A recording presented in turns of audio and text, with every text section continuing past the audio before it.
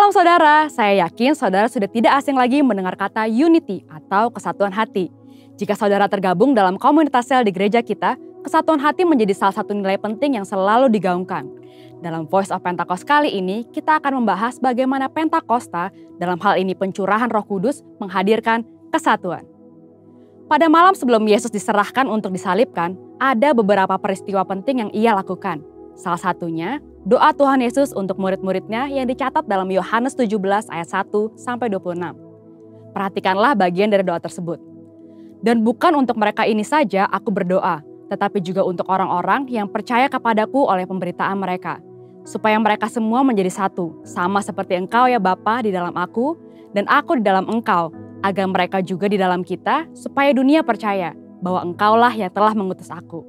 Dan aku telah memberikan kepada mereka kemuliaan, yang engkau berikan kepadaku, supaya mereka menjadi satu, sama seperti kita adalah satu. Tuhan Yesus ingin murid-muridnya tetap menjadi satu, bahkan sesudah ia naik ke surga. Disunity atau perpecahan menjadi salah satu tantangan yang akan dihadapi para murid. Perpecahan dapat terjadi karena adanya perbedaan pandangan, latar belakang, suku, pekerjaan, bahkan berbeda secara teologis. Dalam Alkitab dicatat, para murid pernah beberapa kali memiliki pandangan yang berbeda yang cukup tajam. Padahal Tuhan Yesus masih bersama-sama dengan mereka secara fisik. Maka doa-doa Yesus sebelum penyerahan dirinya memiliki pesan unity. Seperti dilihat dalam Yohanes 13-16. Tuhan Yesus ingin murid-murid tetap menjadi satu, sama seperti Allah Tritunggal itu satu. Ia beberapa kali juga memerintahkan mereka untuk saling mengasihi dan melayani. Lalu tentang Roh Kudus yang akan dicurahkan atas murid-muridnya. Karena Roh Kuduslah yang akan membuat unity di antara mereka dapat terjadi dengan mulus. Setelah kebangkitannya, Tuhan Yesus memerintahkan para murid untuk tinggal di Yerusalem dan menantikan Roh Kudus.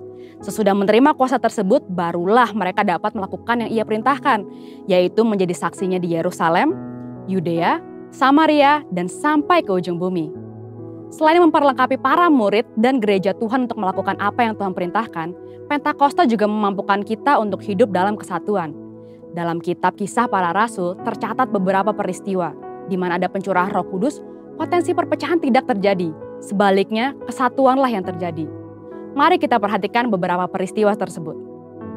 Yang pertama, pada hari raya Pentakosta, mereka yang menantikan pencurahan Roh Kudus mendapatkan baptisan Roh Kudus dengan tanda awal berbahasa roh, seperti tertulis di Kisah 2 ayat 1-4. Banyak orang yang melihat peristiwa ini memiliki pandangan yang berbeda atas apa yang terjadi. Tetapi setelah Petrus menjelaskan bahwa kejadian ini adalah nubuatan Yoel yang sedang digenapi, Roh Kudus bergerak di antara pendengarnya, lalu ribuan orang dari berbagai tempat dan berbagai bahasa bertobat, dibaptis, dan bersatu. Yang kedua, atas tuntunan Roh Kudus, gereja dapat menunjuk 7 orang yang akan bertanggung jawab atas pelayanan jemaat. Mereka bahkan banyak yang melayani di luar tanggung jawab awal, termasuk pada orang dan tempat yang tidak pernah dipikirkan sebelumnya. Seperti Filipus yang melayani di Samaria, yang pada saat itu dianggap berbeda etnisitas karena bukan keturunan Israel murni, dan kepada Sida-Sida atau Kasem di Ethiopia. Yang ketiga, saat dilayani oleh Petrus, seorang perwira pasukan Italia bernama Cornelius dan seisi keluarganya menerima baptisan Roh Kudus, seperti tertulis di Kisah 10 ayat 1-48. Bagi Petrus, fakta bahwa Allah memberikan rahmat-Nya kepada kaum Gentiles atau non-Yahudi adalah hal yang tidak pernah terpikirkan sebelumnya. Maka kita tahu, anugerah Allah tercurah untuk semua orang. Dan tidak ada alasan bagi orang Yahudi Kristen dan Gentile Kristen untuk tidak bersatu. Yang keempat, ketika terjadi perbedaan pendapat antara jemaat dan pimpinan gereja pada saat itu mengenai sunat, hal ini mendorong diadakannya sidang di Yerusalem. Namun karena adanya tuntunan Roh Kudus atas para peserta sidang, akhirnya masalah sulit tersebut dapat terselesaikan. Anugerah keselamatan bagi semua bangsa dinyatakan, amanat agung dilakukan dengan lebih kencang, dan kesatuan antar jemaat lokal terjadi dan bertambah kuat. Pentakosta membawa kesatuan, di mana Roh Kudus dicurahkan, disitulah terjadi pertobatan, pengertian yang lebih dalam akan firman Tuhan, dan tuntunan untuk gerejanya dalam menyikapi berbagai hal. Tugas kita sekarang ini adalah melanjutkan apa yang telah Yesus dan para rasul lakukan, yaitu hidup dalam kesatuan, karena kita telah menerima Roh Kudus dan kasih Kristus. Amin. Untuk artikel lengkapnya dari tim teologi kami, silakan klik link yang ada di atas atau scan QR Code yang tersedia. Tuhan Yesus memberkati.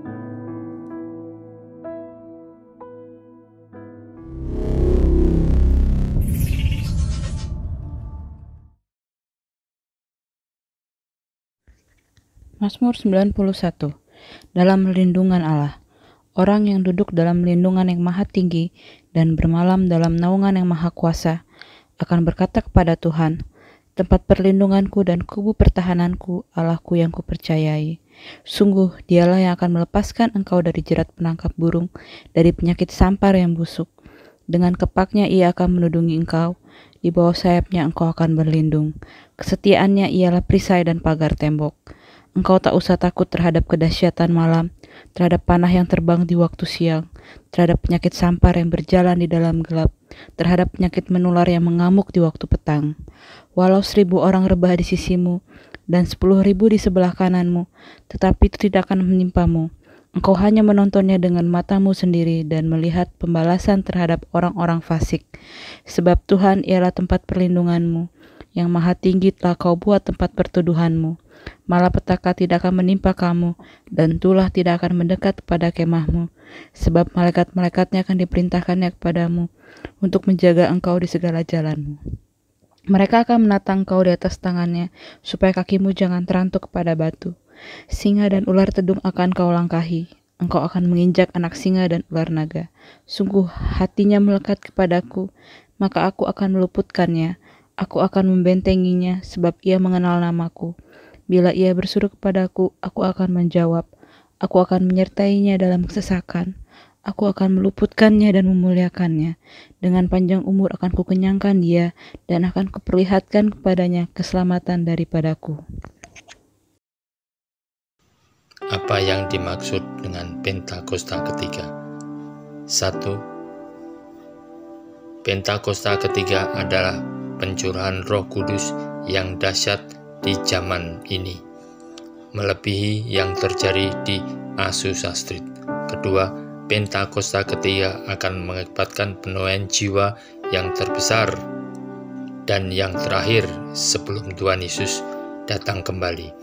Ketiga, Pentakosta ketiga akan membangkitkan generasi Yeremia, yaitu anak-anak muda yang dipenuhi Roh Kudus, cinta mati-matian kepada Tuhan Yesus, tidak kompromi terhadap dosa, dan akan bergerak untuk memenangkan jiwa. Keempat, Pentakosta ketiga lahir di Indonesia dan bergerak ke bangsa-bangsa. Gerakan ini dari timur ke barat dan akan kembali ke Yerusalem. Kelima, Pentakosta ketiga akan memberikan kuasa untuk menyelesaikan amanat agung, dan setelah itu Tuhan Yesus datang kembali.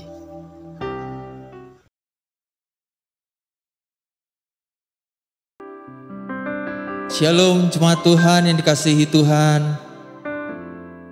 Selamat hari Minggu. Mari kita mengucap syukur kepada Tuhan bahwasanya Tuhan Yesus baik, sebab firman-Nya menerangi hidup kita. Haleluya.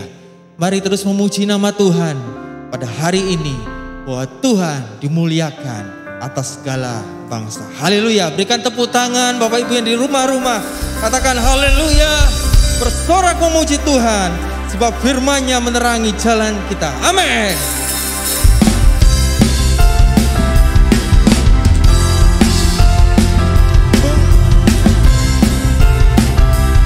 Mari sama-sama katakan, firman menerangi jalan, perisai iman di setiap waktu, lindungiku dari segala apa ragu, karena Dia bersamaku, setia menjaga dengan kuasa mulia. Hanya di dalam nama-Nya Yesus ya sumber pengharapan di dalam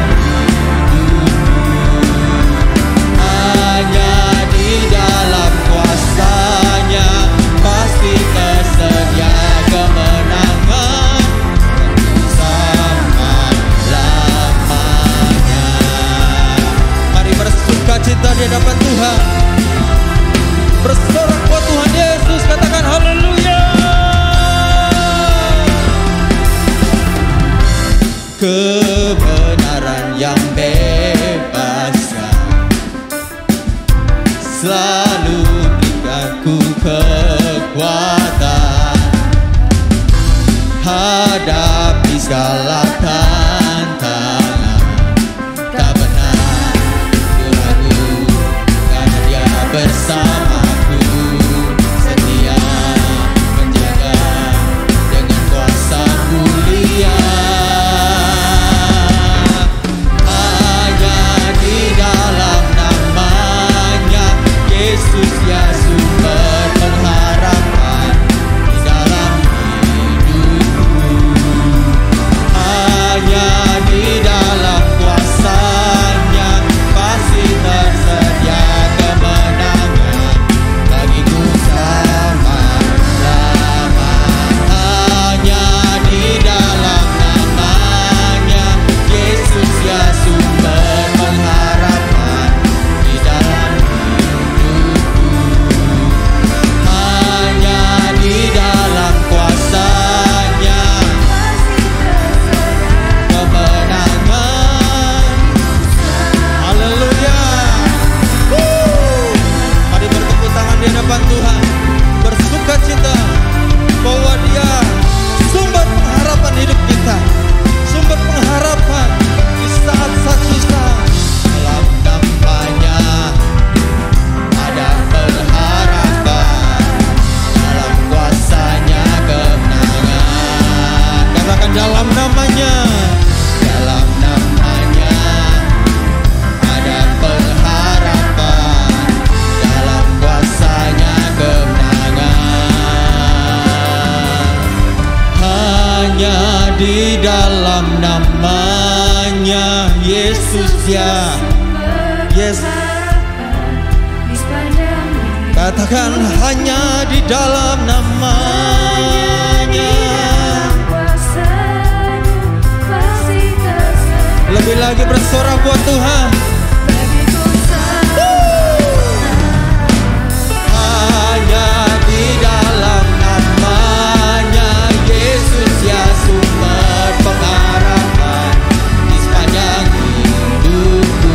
Amin. Hanya di dalam kuasanya pasti tersedia kemenangan bagiku selama-lamanya.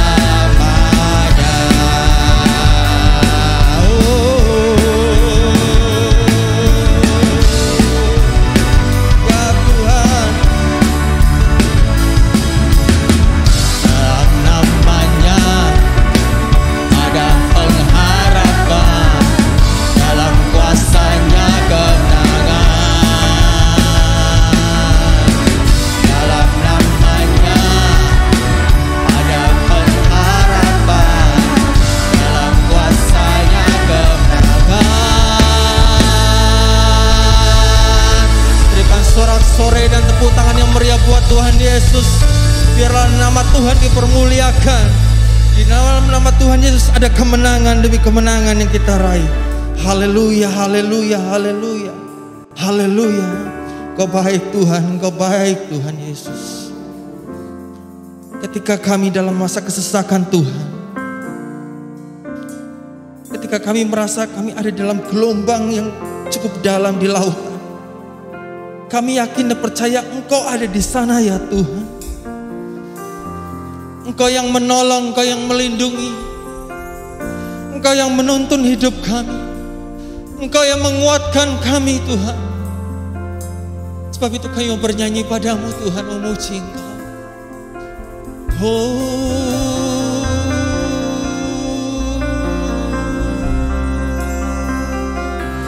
Haleluya.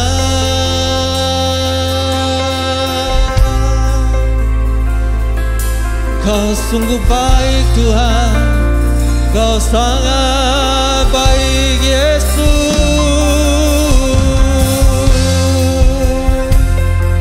Ya Allah kami, ya Tuhan kami, Yesus, oh Yesus Tuhan.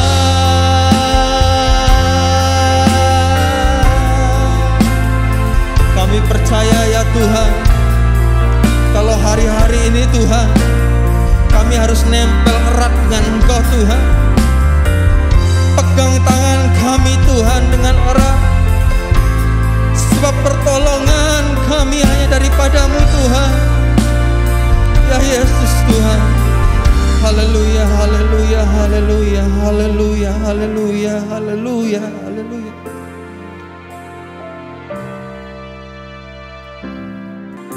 Saat ku berada di tengah gelombang, Kau ada di sana. Hadapi cobaan, lewati ujian, tangan-Mu melindungiku. Kasih-Mu menguatkanku.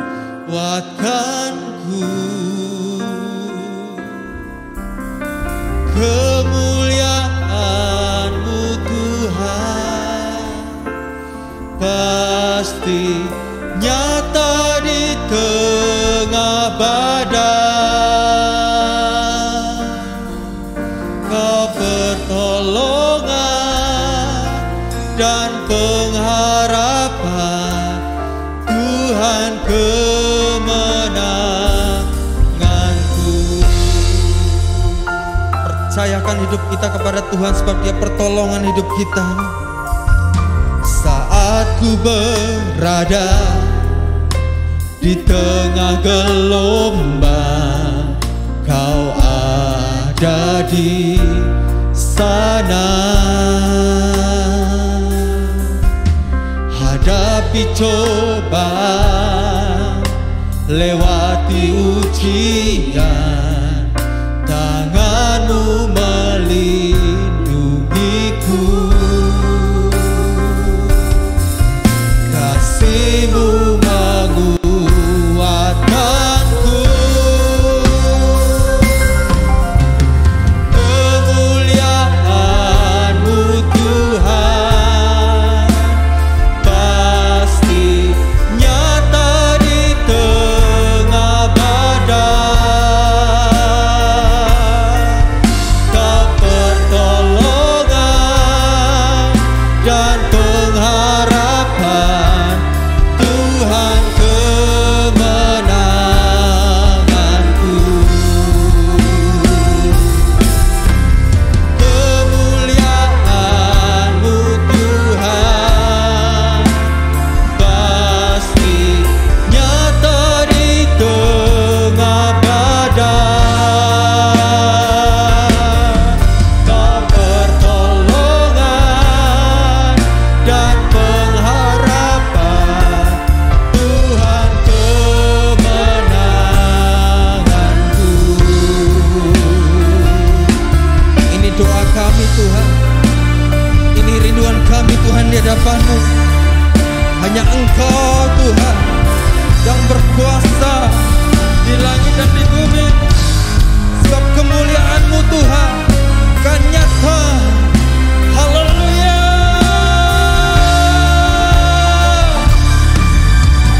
Kemuliaan-Mu Tuhan pasti nyata di tengah badai. Kau pertolongan dan pengharapan,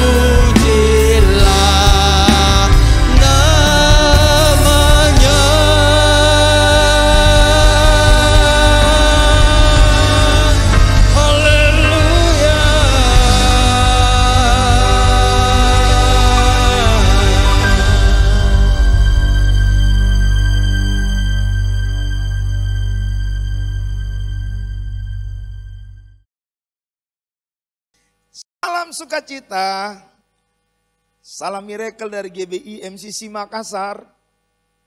Dari kami sekeluarga, saya Pendeta Ishak Moses dan Pendeta Syuling, kami sekeluarga menyampaikan semangat sukacita.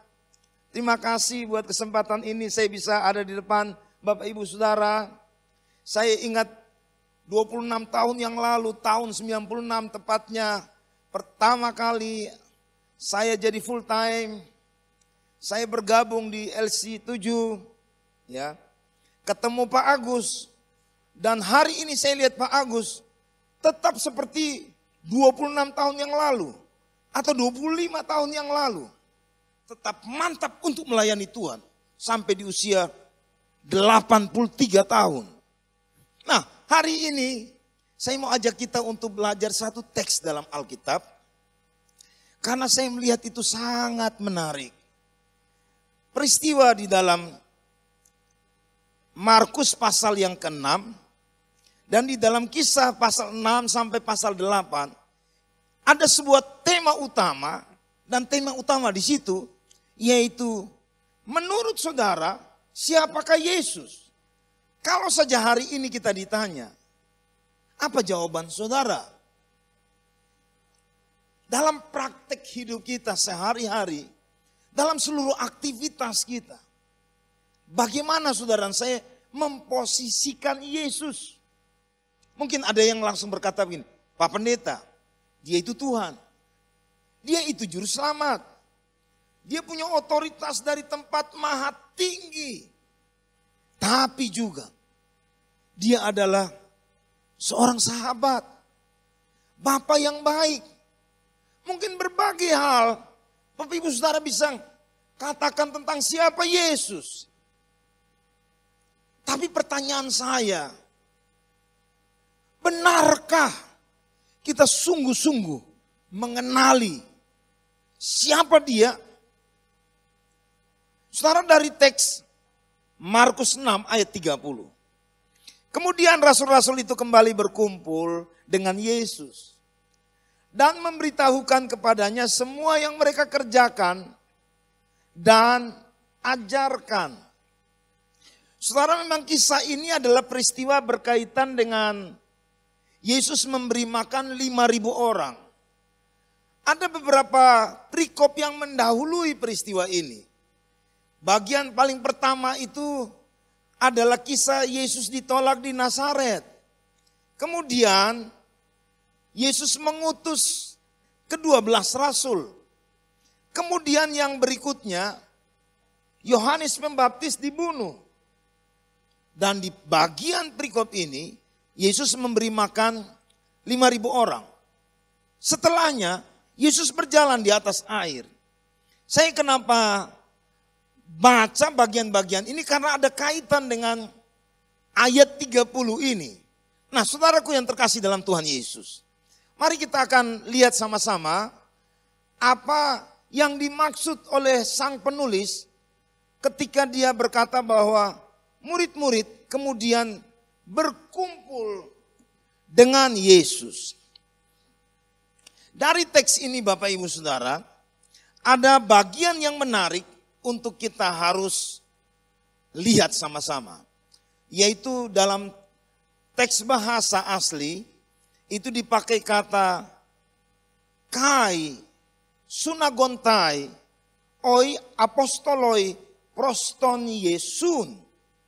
Jadi Bapak Ibu Saudara, kalau saya terjemahkan itu secara pribadi, saya akan pakai kata lalu berkumpullah para rasul bersama-sama dengan Yesus. Saya mau ajak kita perhatikan tentang poin berkumpul ini. Mengapa? Karena ini penting sekali. Sebetulnya dalam identifikasi dalam bahasa Greka tentang kata sunagontai ini adalah bentuk indikatif present pasif. Artinya bahwa ini sesuatu yang terjadi di waktu kini, tetapi Bapak Ibu Saudara sifatnya pasif. Nah, saya lebih lebih memilih ini harusnya bentuk middle present. Karena antara pasif dan middle present itu hampir sama, ya, hampir sama bentuk katanya. Jadi mengapa saya pilih middle present? Karena kalau itu sifatnya pasif, berarti murid-murid itu dikumpulkan oleh seseorang. Nah, tapi saya pilih middle present karena perbedaannya hampir sama itu Bapak Ibu Saudara. Kalau middle present middle itu menunjuk kepada subjek menjadi penentu tindakan itu. Jadi Bapak Ibu Saudara dalam teks ini saya percaya bahwa terjadi di kondisi itu murid-murid mereka berinisiatif untuk berkumpul. Nah dari sisi aspek Bapak Ibu Saudara ini adalah bentuk imperfektif aspek. Apa itu maksudnya? Saudara kalau kita identifikasi bentuk imperfektif aspek, nah sama seperti kita sedang nonton film, lalu kemudian ada bagian yang sutradara ingin itu menjadi perhatian kita, bagian kisah itu kemudian dibuat slow motion. Nah, seperti itulah ketika kata sunagontai hadir di ayat ini. Jadi buat saya dan saudara yang belajar Alkitab, ketika kita menemukan aspek imperfektif ini Bapak Ibu Saudara, seolah-olah kita diminta untuk, ayo perhatikan ini. Amati ini. Ada sesuatu yang perlu dipahami. Lebih serius. Dari sekedar mengerti kata berkumpul. Saudaraku yang terkasih dalam Tuhan Yesus. Apa yang begitu serius tentang hal ini. Sehingga penulis menggunakan aspek imperfektif ini. Bapak Ibu Saudara. Hal yang saya mau saudara perhatikan sama-sama dalam bagian ini. Yaitu karena topik sudah berubah. Jadi bagian ini menjadi sebuah permulaan dari perikop ini, tetapi sekaligus menjadi latar belakang. Latar belakang apa Bapak Ibu Saudara? Tadi saya sudah berkata di awal bahwa bagian ayat di dalam pasal 6 sampai pasal 8, tema utamanya yaitu siapakah Kristus, siapakah Yesus menurut saudara, menurut murid-murid, menurut kita. Hal yang kedua, mengapa ini penting? Mengapa dibuat seperti slow motion itu? Karena dalam teks ini kemudian kita lihat murid-murid mereka ketemu Yesus. Dan mereka melaporkan, ya, mereka memberikan report kepada Tuhan Yesus yang mengutus mereka. Saudara, di titik ini saya harus bilang buat Bapak Ibu Saudara, ada sebuah makna yang penting. Ada kesadaran, tanggung jawab yang luar biasa dari pihak murid-murid. Setelah mereka mengerjakan banyak hal, karena Yesus mengutus mereka. Mereka kemudian datang melaporkan semua hal kepada Yesus. Dan hari ini saya mau bilang buat Bapak Ibu Saudara. Ini menjadi sebuah pesan aplikasi buat kita bahwa gambaran sebuah hubungan dengan otoritas yang perlu juga kita teladani. Yaitu kumpul dengan otoritas. Kumpul dengan yang memberi tugas buat kita. Kumpul dengan orang-orang yang mengutus kita. Kumpul dengan Bapak Gembala. Hari-hari ini Pak Niko sedang mengingatkan saudara dan saya untuk memperhatikan hal membangun hubungan antar generasi. Saya mau bilang buat saudara semua, kita perlu tahu tentang struktur otoritas. Kita perlu menghargai struktur otoritas. kita perlu memahami bahwa ada bagian kita yang harus kita lakukan terhadap otoritas. Itulah sebabnya sang penulis Markus menggunakan kata sunakontai. Nah, saudaraku yang terkasih dalam Tuhan Yesus Kristus. Kalau kita bandingkan kisah-kisah yang lain di dalam Alkitab, Kisah Rasul 15, ketika rasul-rasul diutus, mereka kemudian kembali ke Yerusalem. Untuk apa? Melaporkan semua hal yang mereka jumpai di dalam pelayanan. Amsal 24 ayat yang ke-6 bilang begini. Karena hanya dengan perencanaan engkau dapat berperang. Dan kemenangan tergantung pada penasehat yang banyak. Amin Bapak Ibu Saudara. Mari budayakan contoh ini. Supaya kita paham hal-hal yang penting yang harus kita kerjakan. Sebagai bentuk kesadaran kita tentang otoritas dalam hidup kita. Catatan lain mengapa itu penting. Saudara, saya melihat di kisah ini Bapak Ibu Saudara. Mereka tidak pergi ceritakan kepada pengerja yang lain. Kepada teman-teman mereka yang lain tentang semua kedahsyatan yang mereka buat. Mereka usir setan, mereka oleskan minyak dan orang-orang sakit sembuh. Mereka tidak pergi ceritakan itu kepada orang-orang lain. Artinya bahwa mereka melihat hal paling utama keberadaan sang pengutus yang harus lebih dahulu mendengarkan berita itu. Tapi hal yang lain Bapak Ibu Saudara yang saya harus garis bawahi. Dalam bagian ini mereka bukan kumpul, mereka cerita tentang semua kebesaran yang mereka capai menjadi kebanggaan atau kepuasan diri mereka. Tapi perkara yang menarik di sini yaitu fokus mereka. Mereka menyediakan waktu untuk bersama dengan Tuhan Yesus. Bagaimana dengan saudara dan saya? Kita punya sebuah budaya yang paling akrab dengan gereja kita, yaitu berkumpul bersama, doa, menanti-nantikan Tuhan.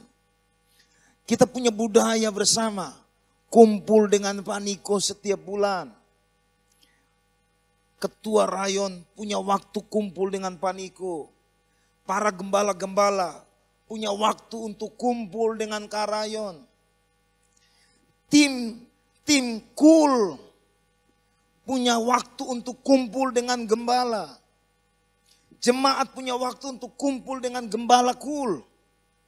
Ini sebuah hierarki yang saya lihat itu sudah terjalin, sudah dilakukan di gereja kita.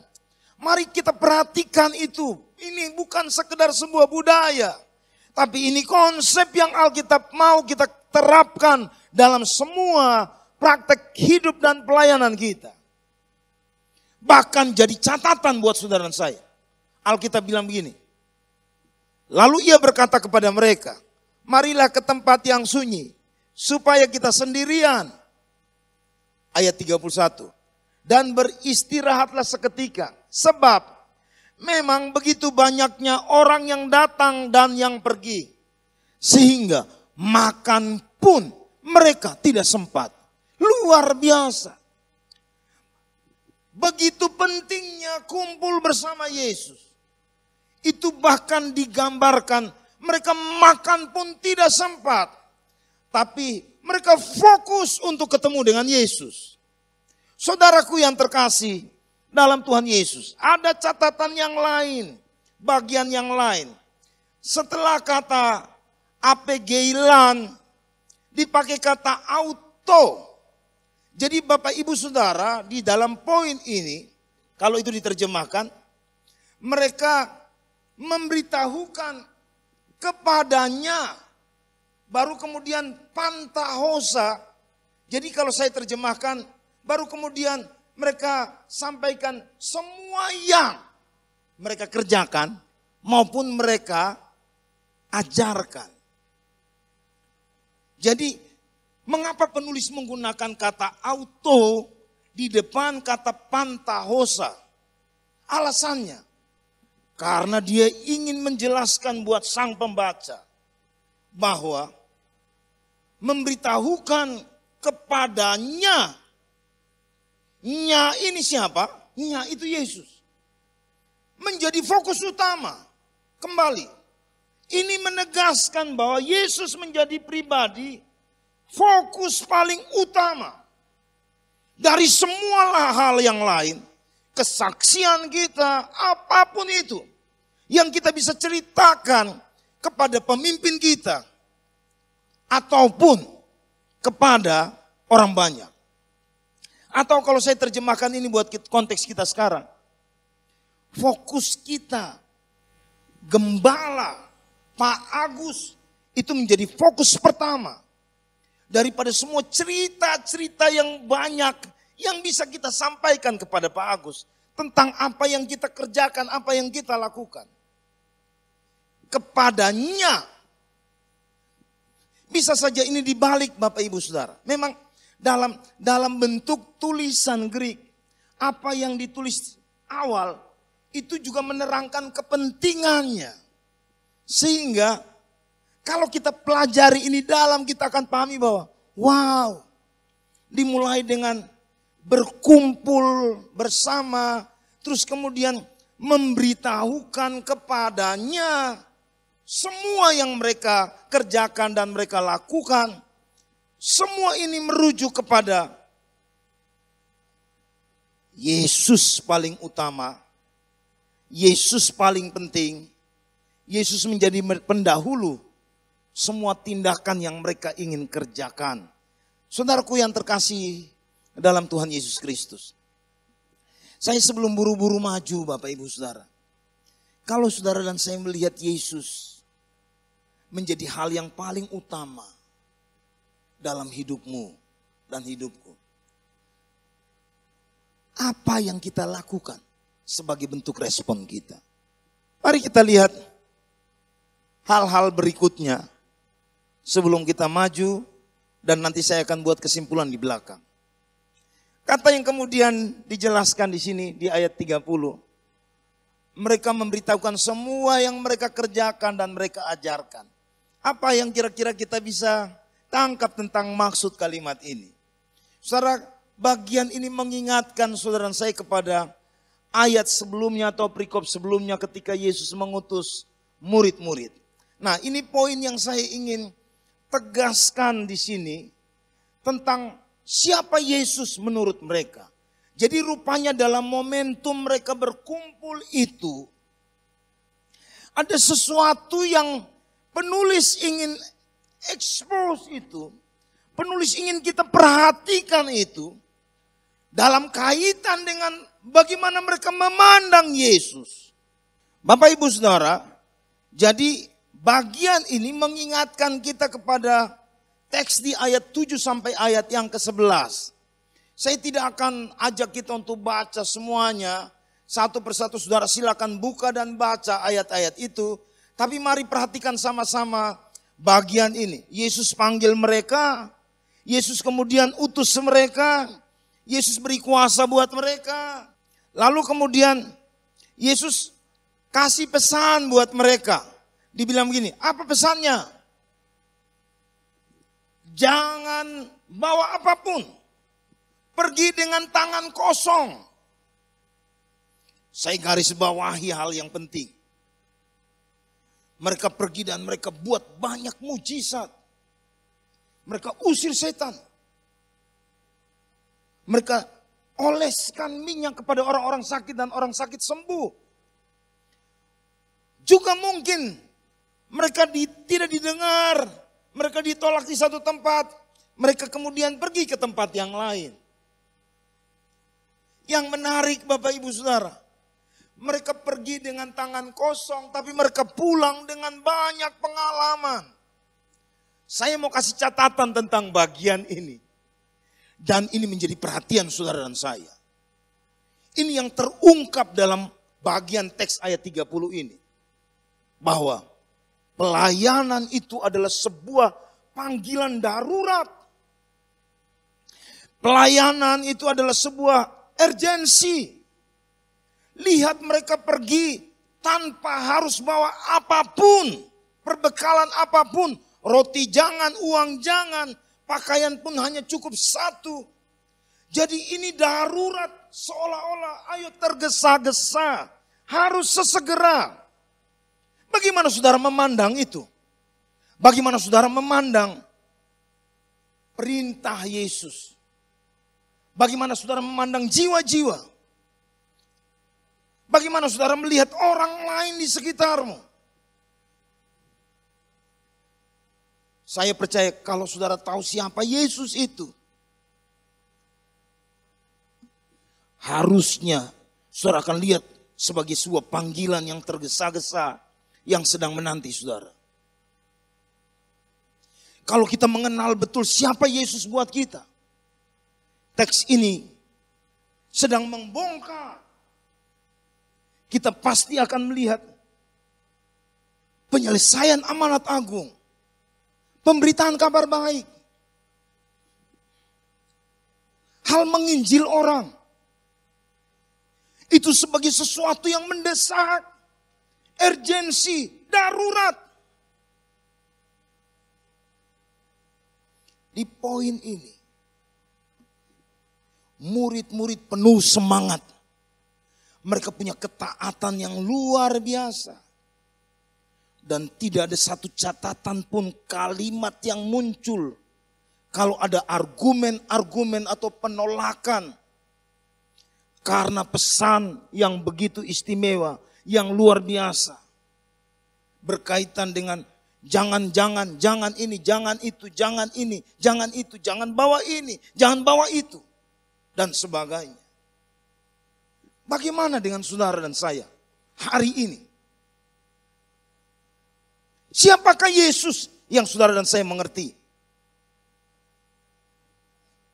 Tapi kalau saudara dan saya paham tentang bagian ini. Apa yang Markus ingin untuk kita pahami. Sehingga kata sunagontai tadi, dia gunakan bentuk aspek yang tadi saya maksudkan. Seperti slow motion. Sesuatu yang perlu kita plototin.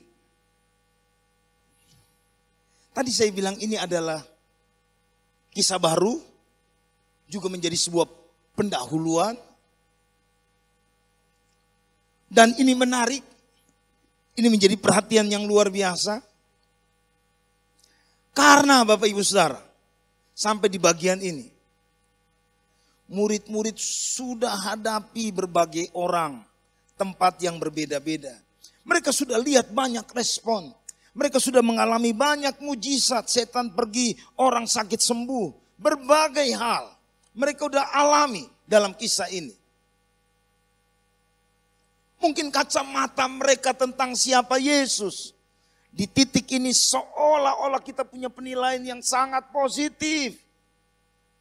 Mereka pergi dengan tangan kosong. Mereka bisa hidup. Bahkan mereka pulang, mereka udah punya uang. Tapi bagaimana konteks selanjutnya yang berkaitan dengan tema ini?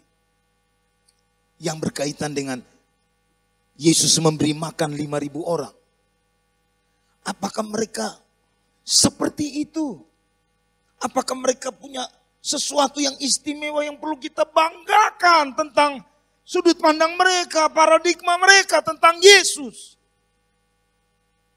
Mari kita sama-sama baca bagian yang kedua. Jadi hari ini saya hanya bahas 2 hal. Yaitu mulai kata atau peristiwa mereka berkumpul lalu memberitahukan apa yang mereka kerjakan dan mereka lakukan. Ini adalah kaitan dengan Yesus mengutus mereka. Jadi hal yang pertama yang saya bahas tadi panjang lebar ini berkaitan dengan apa? Seperti apa? Bagaimana paradigma murid-murid tentang siapa Yesus? ketika mereka diutus. Sekarang kita akan lihat bagian yang kedua, yaitu bagaimana mereka melihat Yesus ketika mereka bersama-sama dengan Dia. Kalau di kisah pertama mereka pergi berdua-berdua, Yesus tidak bersama-sama, tidak berjalan beriringan dengan mereka. Sekarang di kisah ini, Yesus berjalan beriringan dengan mereka, Yesus bersama-sama dengan mereka, dan mereka menjumpai 5.000 orang yang butuh makan. Apa yang diceritakan dalam kisah itu? Yang kita bisa pelajari tentang memahami siapa Yesus buat saudara dan saya. Sebelum saya buru-buru maju. Di sini kita juga ketemu hal yang sama. Ada beberapa kata yang perlu kita garis bawahi sebagai aspek imperfektif atau bentuk imperfektif aspek itu. Yang tadi saya maksudkan menjadi sesuatu yang harus diperhatikan oleh saudara dan saya. Di ayat 35 yaitu kata hegenon. Kata hegenon atau berkata. Kata hegenon dari ayat 35 saya baca. Pada waktu hari sudah malam datanglah murid-muridnya kepadanya dan berkata. Jadi penulis ingin, ayo perhatikan apa yang dikatakan murid-murid. Coba lihat apa yang mereka bilang. Tempat ini sunyi. Hari sudah malam. Lalu kemudian muncul lagi bentuk imperfektif di ayat 36 yaitu kata suruh mereka pergi. Jadi waktu mereka bilang gini, suruh mereka pergi, penulis ingin, lu perhatikan loh ini bahasa murid-murid. Ayat 37, saya cepat aja Bapak Ibu Saudara. Bentuk imperfektif itu hadir di kata, tetapi jawabnya kamu harus memberi mereka makan. Kata mereka itu di highlight. Itu bentuk imperfektif aspek. Perhatikan loh apa yang mereka ngomong. Apa yang mereka bilang? Haruskah kami membeli roti seharga 200 dinar? Dan di ayat 38 ada 3 kata yang bentuk aspeknya adalah imperfektif itu. Yaitu perhatikan Yesus berkata. Perhatikan dia bilang. Berapa banyak roti yang ada padamu. Ada padamu itu yang digarisbawahi. Sebagai bentuk aspek imperfektif itu. Dan satu kata lagi Bapak Ibu Saudara. Yaitu kata mereka berkata. Legei, exete, dan legousin. Ini adalah bentuk-bentuk yang diminta untuk diperhatikan. Saya kalau mau bahas ini jadi panjang. Satu persatu kita harus bedah ini jadi panjang. Untuk jadi sorotan buat kita. Saudara di titik ini. Saya harus bilang buat Bapak Ibu Saudara.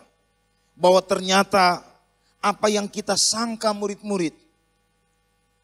Dalam hal memandang Yesus. Itu begitu luar biasa. Ternyata ketika hadir masalah yang lebih besar. Mereka berubah.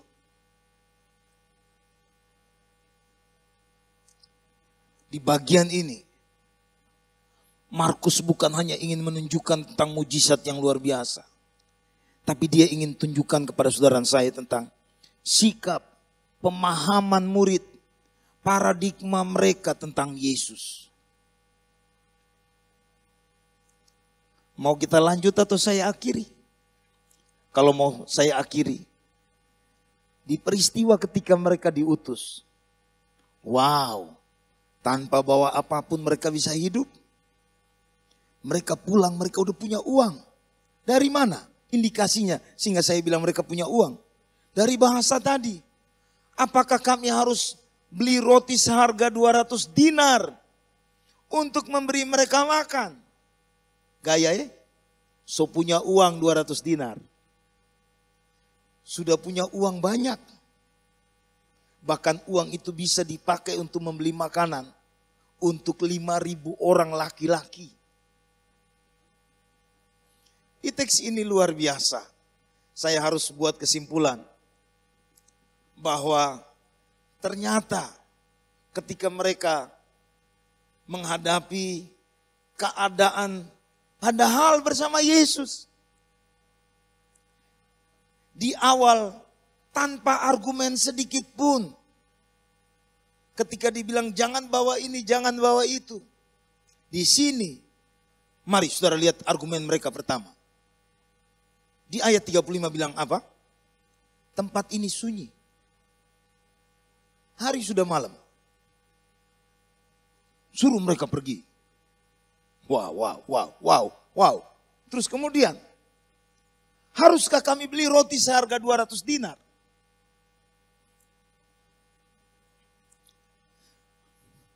Bahkan di kisah lanjutan perikop berikutnya, Yesus ketika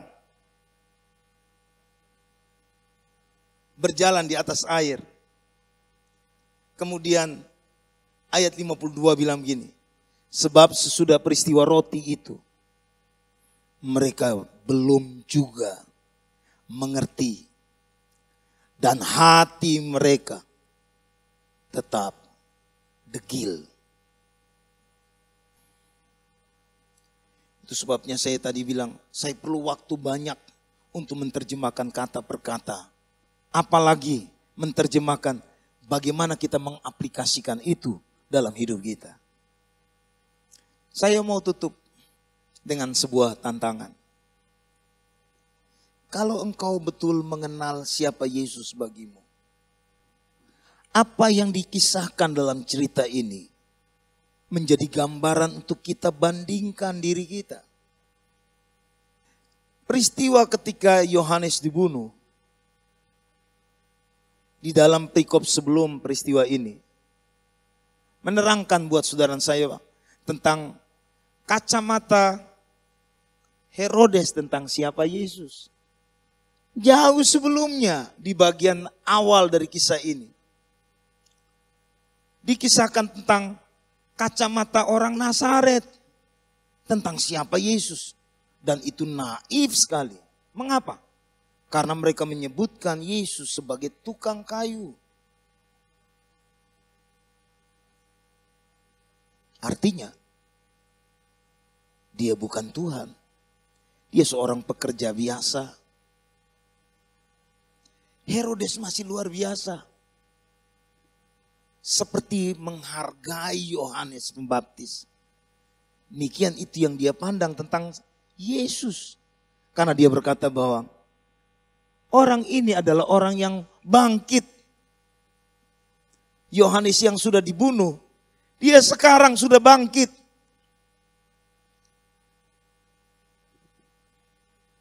Bagaimana dengan saudara dan saya?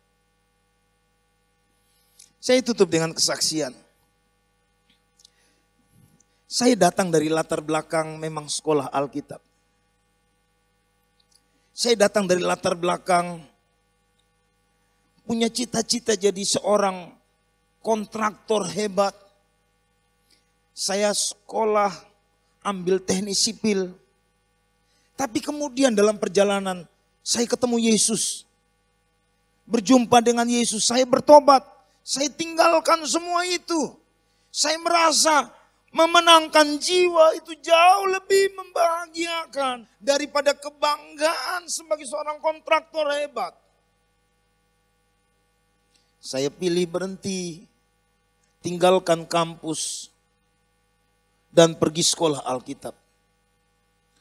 Selesai sekolah Alkitab, kita semua punya semangat yang sama. Mana-mana Tuhan panggil, saya kerja buat Tuhan. Biar tanpa gaji, terlalu manis. Kalau saudara tanya, apa begitu? Ya, semangat seperti itu yang ada pada kami. Saya koreksi diri saya. Bagaimana dengan hidup saya hari ini? Apakah pandangan saya tentang siapa Yesus itu masih membuat semangat seperti itu? tetap nyata dalam hidup saya. Tahun 2004 kami diutus ke Makassar. Kalau saya tanya, saudara tanya, bagaimana saya memandang diri saya akan bilang gini, saya masih seperti itu. Kalau tanya hari ini, saya berdoa biar orang menilai saya tetap sama seperti itu. Kalau kita lihat siapa Yesus buat kita dari sudut pandang yang benar, apapun tantangan yang kita hadapi, tidak ada bahasa penolakan, argumen. Kita akan bilang yes buat Tuhan. Amin. Berapa banyak saudara yang hari ini mau bilang begini, saya yes, apapun. Kalau dia bilang begini, saya amin. Kalau dia bilang begitu, saya amin. Kita sedang ada di bulan yang kedua. Kalau saudara bilang amin, Paniko harus seolah-olah menjelaskan kembali, memberi argumen kembali tentang tindakan iman yang kita buat berkaitan dengan persembahan sulung. Bagaimana saudara? Apakah yes atau ada argumen demi argumen?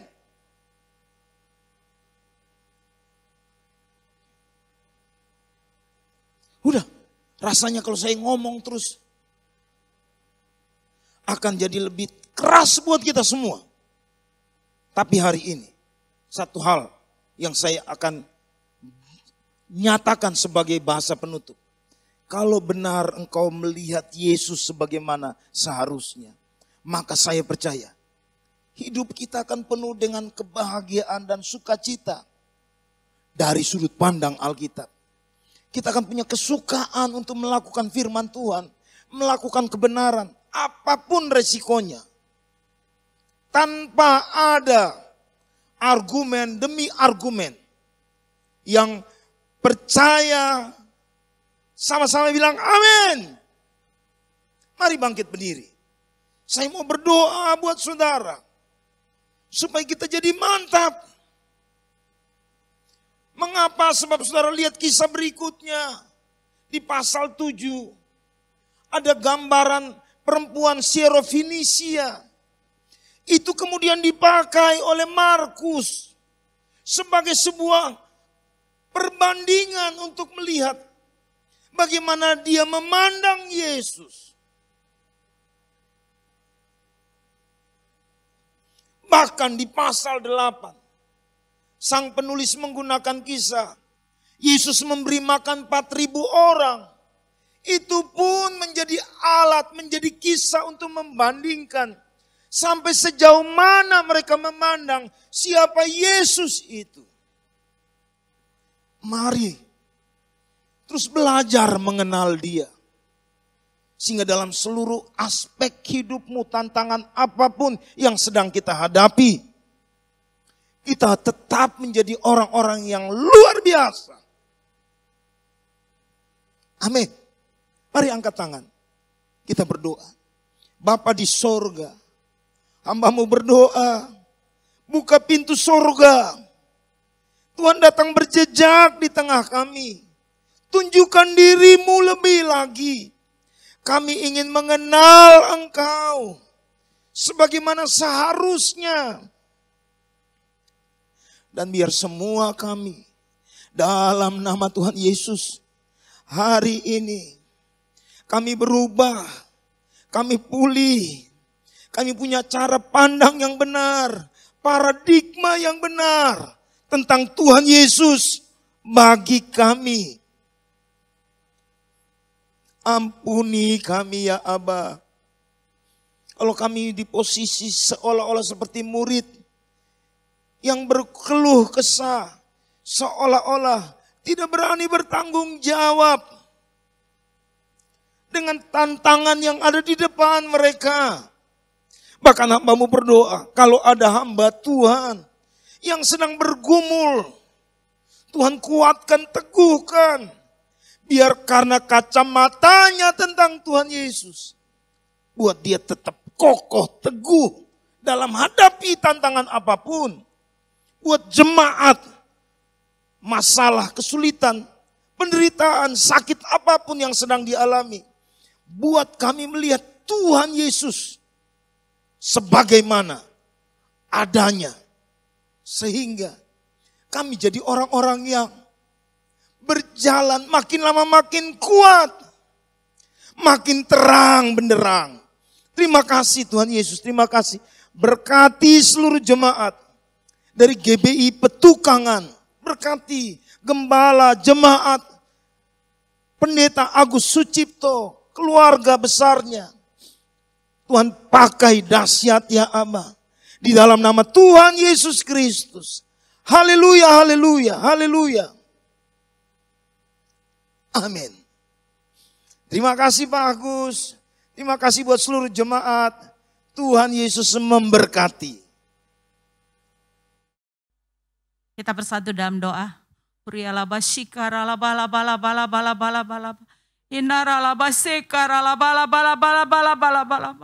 Kami mengucap syukur Tuhan pada minggu ini, pada hari perhentian-Mu. Kami bersyukur Tuhan kalau kami masih bisa memuji, menyembah-Mu, mengagungkan nama-Mu. Biar Engkau layak ditinggikan, hanya Engkau yang layak diagungkan. Kami bersyukur punya Allah yang luar biasa. Kami bersyukur untuk kasih Tuhan yang tidak pernah berkesudahan dalam hidup kami. Terima kasih untuk firman yang sudah ditabur pada minggu ini. Biarlah Tuhan firman yang ditabur boleh tumbuh di tanah yang subur dan berbuah lebat. Dan memberikan buah yang manis buat Tuhan untuk menyenangkan hati Tuhan.